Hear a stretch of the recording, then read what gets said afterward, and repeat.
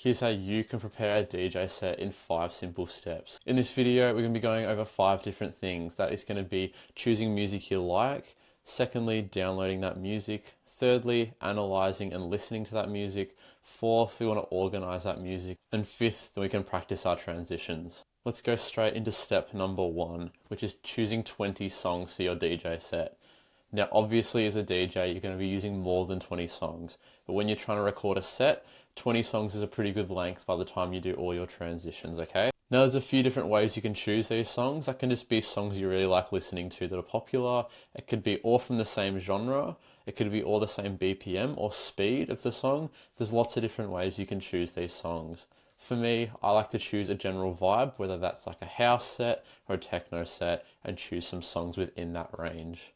Now, once you've chosen those songs, we need to download them. So let's go straight into step number 2, which is downloading our music. Now, a lot of DJs will probably talk about some streaming services like SoundCloud. SoundCloud is great for finding new music, but it's not really good to DJ with. Now, what I mean by that is if you're using SoundCloud, you can't record your sets when you're using a DJ software because it's streaming music. You also can't use streaming services when you don't have internet, and you never know when you're going to have internet at gigs. So this is where downloading music is super important. If you want to learn more about where you can download your music, in the description there's going to be a link to an article showing you where you can find that music. Step number 3, which is analysing and listening to your music. So let's go into Drop Lab. This is the best spot where you can analyse your music before mixing it. If you look here, we have Drop Lab, which is our software. Now, we need to get some music into this software, so we're going to go over across to the library tab, and let's do new playlist. Now, it's going to be empty, so we need to add some music into this software. So let's go over and find some music. Once you've got that music, let's drop it straight into our library. It's going to ask you if you want to import it. Once you import it, it's going to start analysing our music just like this. Now, if you look down here, it's going to organise it by key. Now, what key means is each song has a different key, which is really helpful for harmonic mixing. What I mean by that is certain songs in the same key are going to sound really nice when you DJ them together. When they're not in the same key, there's more of a chance it's not going to sound very good and it might be clashing. So we can see this first song's in the key of 1A, then 2A for the second one, and so forth down. The other thing it's going to organise it by and tell you is the BPM, which is the speed or the tempo of the song. We can see here, this is 128 BPM, so that's the amount of beats per minute. The next one, 124, and so on. Now, as a DJ and preparing to do a DJ set, it's really important to know your music. If you just download 20 songs and then on the night just start trying to DJ them, you're not going to be very confident and it's not going to sound great. If you can analyse and get used to listening to your music, you're going to know when to bring songs in and when not to. The best way of organising that is by dragging this onto our timeline, which is an easy drag and drop. So let's choose our first song, drag that over, and dropping it into our Drop Lab. Awesome, our song's now on the timeline. Let's give it a listen. So that's the intro, let's go before the drop. Awesome, so that's our drop. If we zoom in, we can now start to look at our song structure.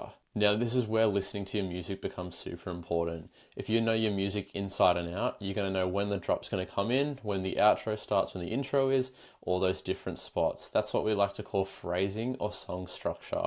We can see here the song is in a waveform. It gets quite quiet here, and then the volume goes straight up, which means that's the drop. So if I go back, let's listen to it. Just like that. Knowing the structure of the song is going to make it really easy to DJ with, because you'll know a good starting point might be the drop or the outro, which is when you can start to overlay the other song to play at the same time. And then by the time the drop finishes, the other song can fully come in and you've made your first transition. Which leads us into step number 4, which is organising your music. Now, having 20 songs is great, but you're not going to know which ones sound good unless you practice that. So let's go into Drop Lab. If you look over here, I've dragged 3 different songs onto our timeline. Our first one here, our second one here, and our third one here. Now, all I've done with these ones is I've overlaid where the drop starts, and then I've layered the intro over here to where the breakdown starts. All I've done is one volume's going down, the other one's going up until they eventually cross over and it'll sound like this.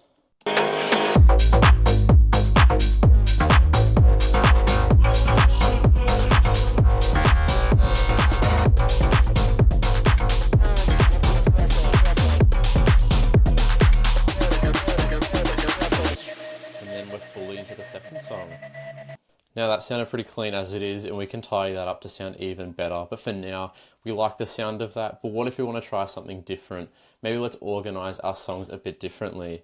If we come over to the Decks playlist in the bottom right, here's where we can start to swap the songs around. So what I can do, let's pull song number 3 over on top of number 2, and as we can see, DropLab automatically changes it. So now we can try that transition out.